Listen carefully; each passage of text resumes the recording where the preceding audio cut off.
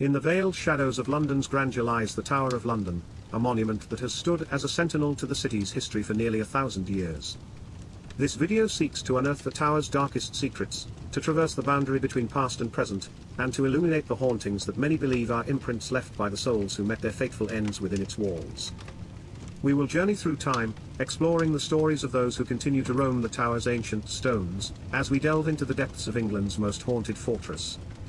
Join us as we peel back the layers of time to reveal the chilling tales that make the Tower of London an enduring enigma for both historians and ghost hunters alike.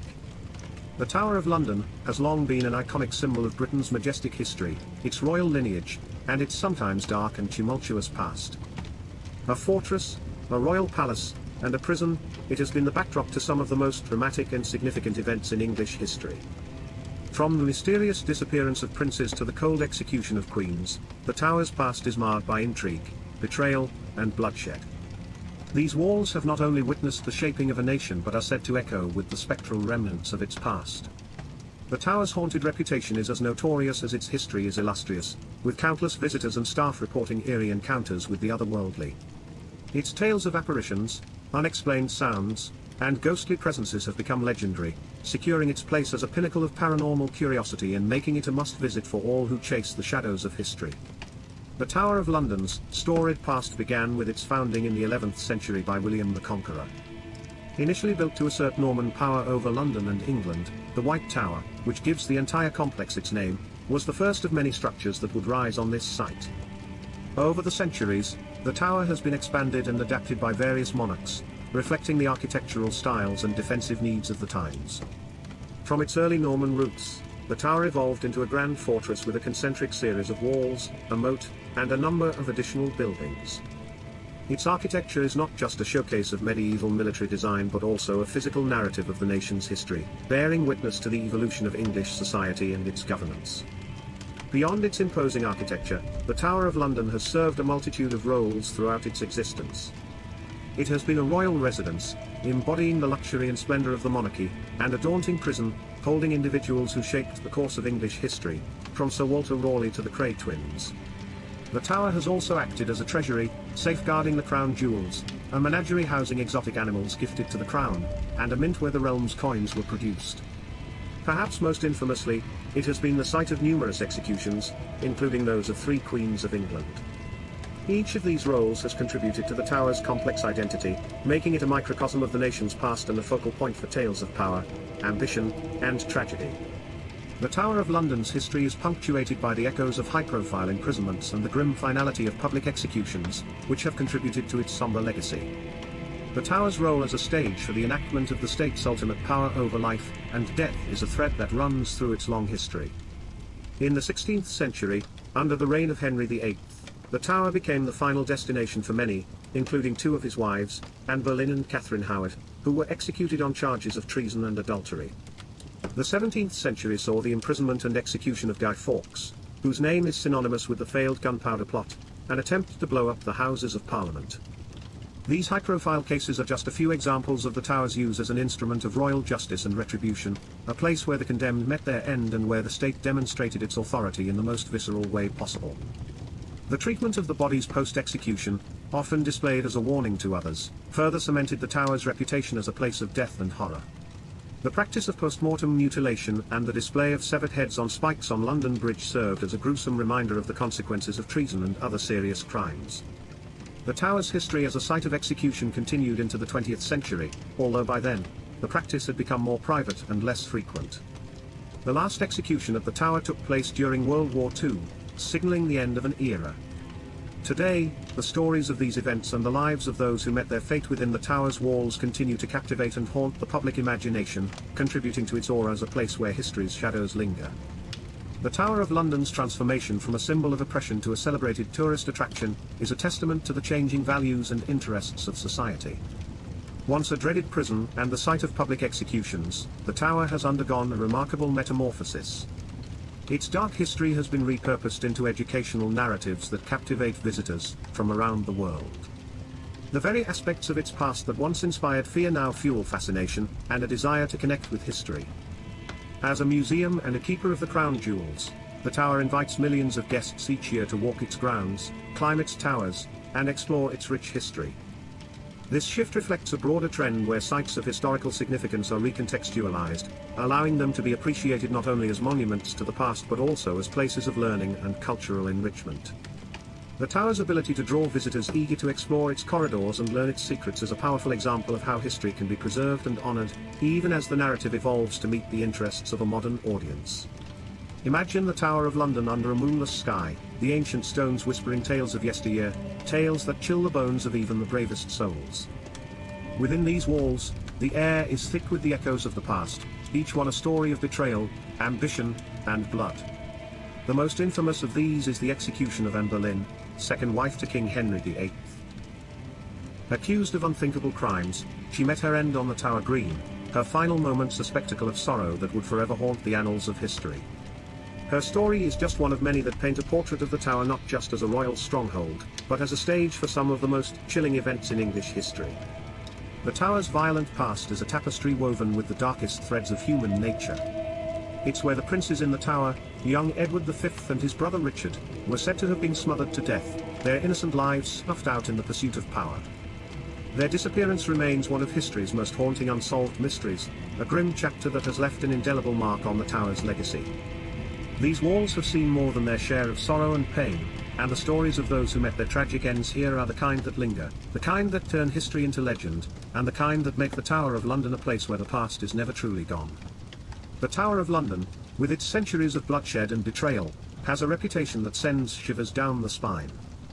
The chilling events that unfolded within its walls have left an indelible mark, casting a shadow that lingers to this day.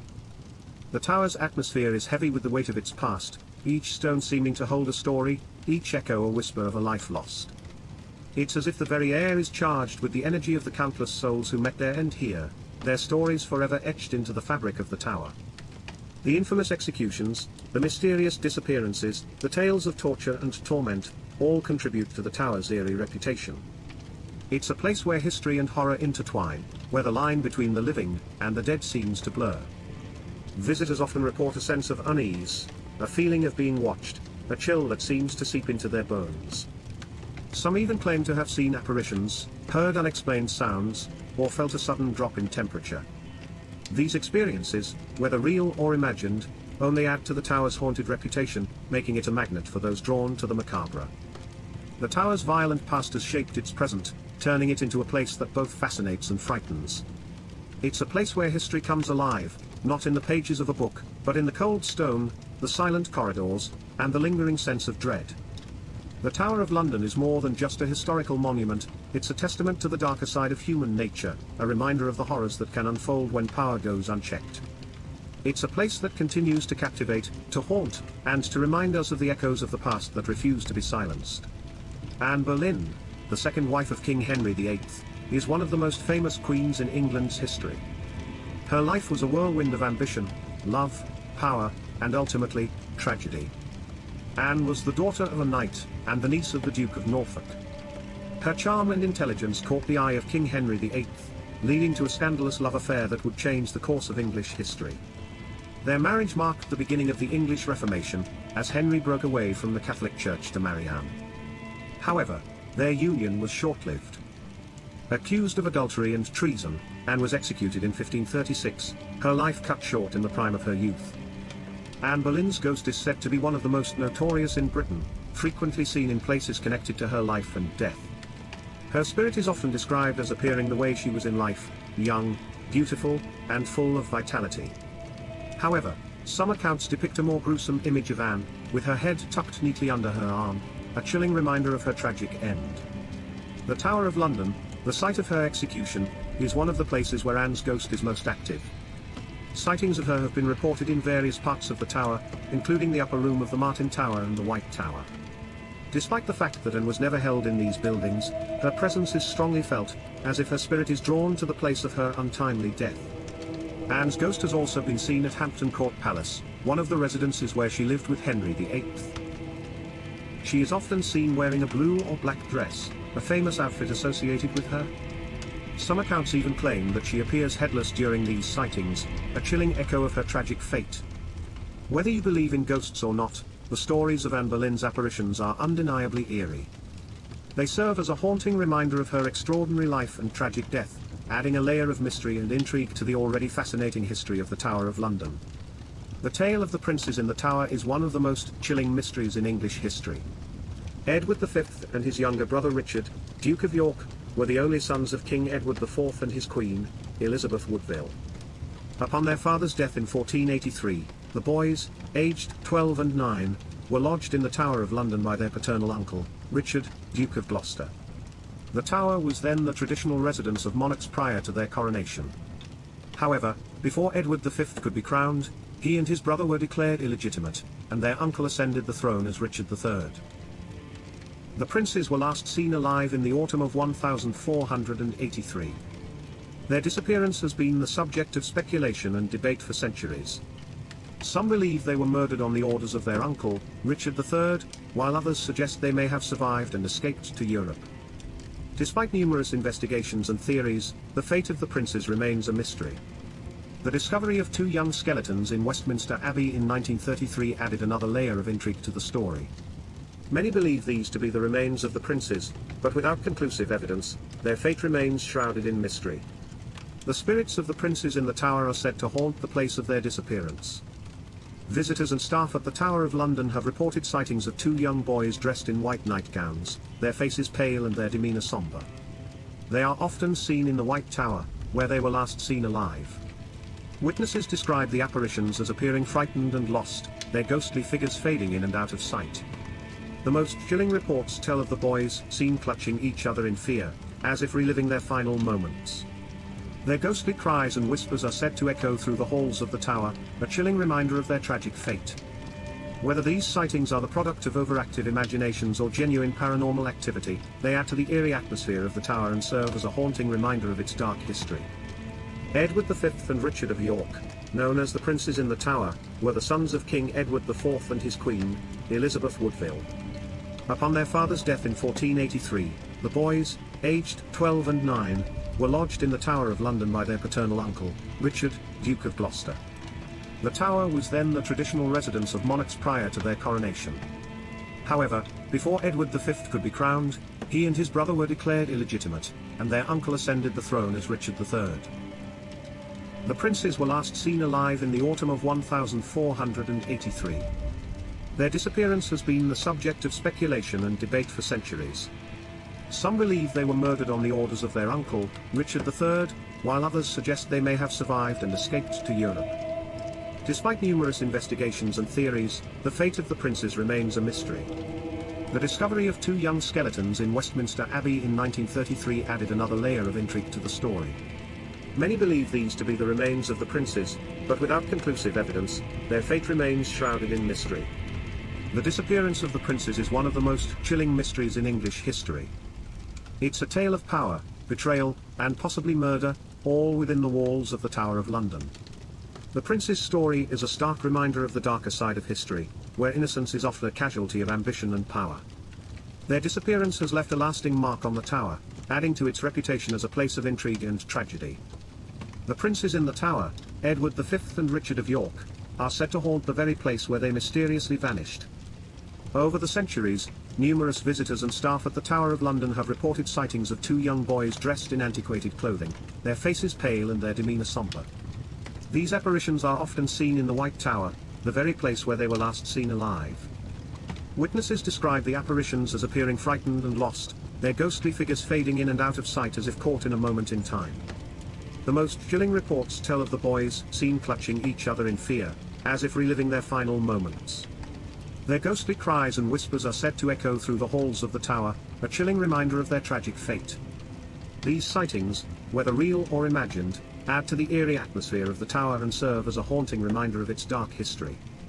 The Tower of London, with its centuries of bloodshed and betrayal, has a reputation that sends shivers down the spine. The chilling events that unfolded within its walls have left an indelible mark, casting a shadow that lingers to this day.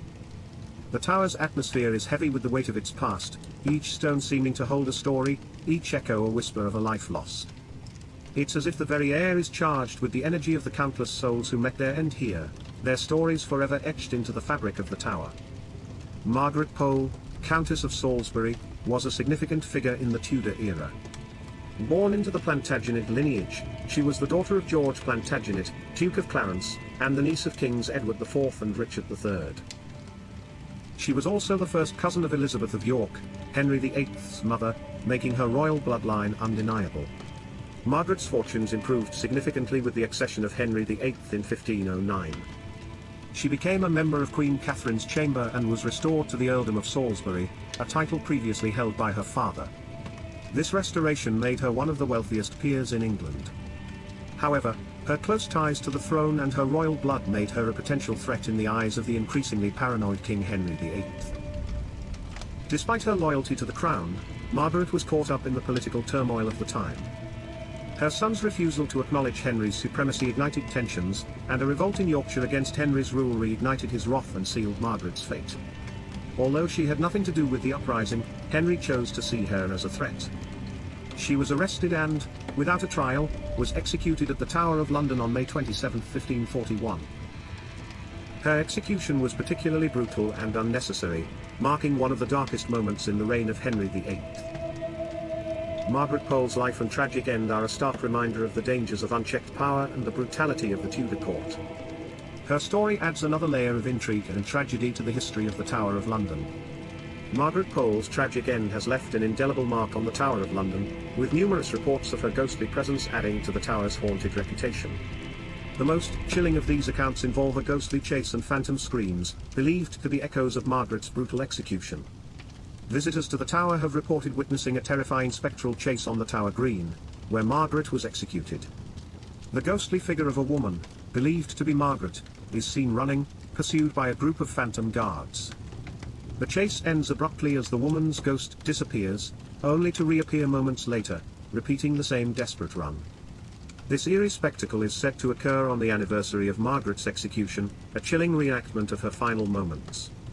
Even more haunting are the phantom screams reported by visitors and staff. These blood-curdling cries are heard emanating from the vicinity of the Tower Green, particularly in the early morning hours. The screams are so intense and filled with such terror that they send shivers down the spines of those who hear them. Many believe these to be the echoes of Margaret's final moments, her terror forever imprinted on the very stones of the tower. Whether these accounts are the product of overactive imaginations or genuine paranormal activity, they add to the eerie atmosphere of the tower and serve as a haunting reminder of its dark history. Margaret Pole's story, marked by power, betrayal, and a brutal end, continues to resonate within the walls of the tower, her spirit seemingly unable to find peace.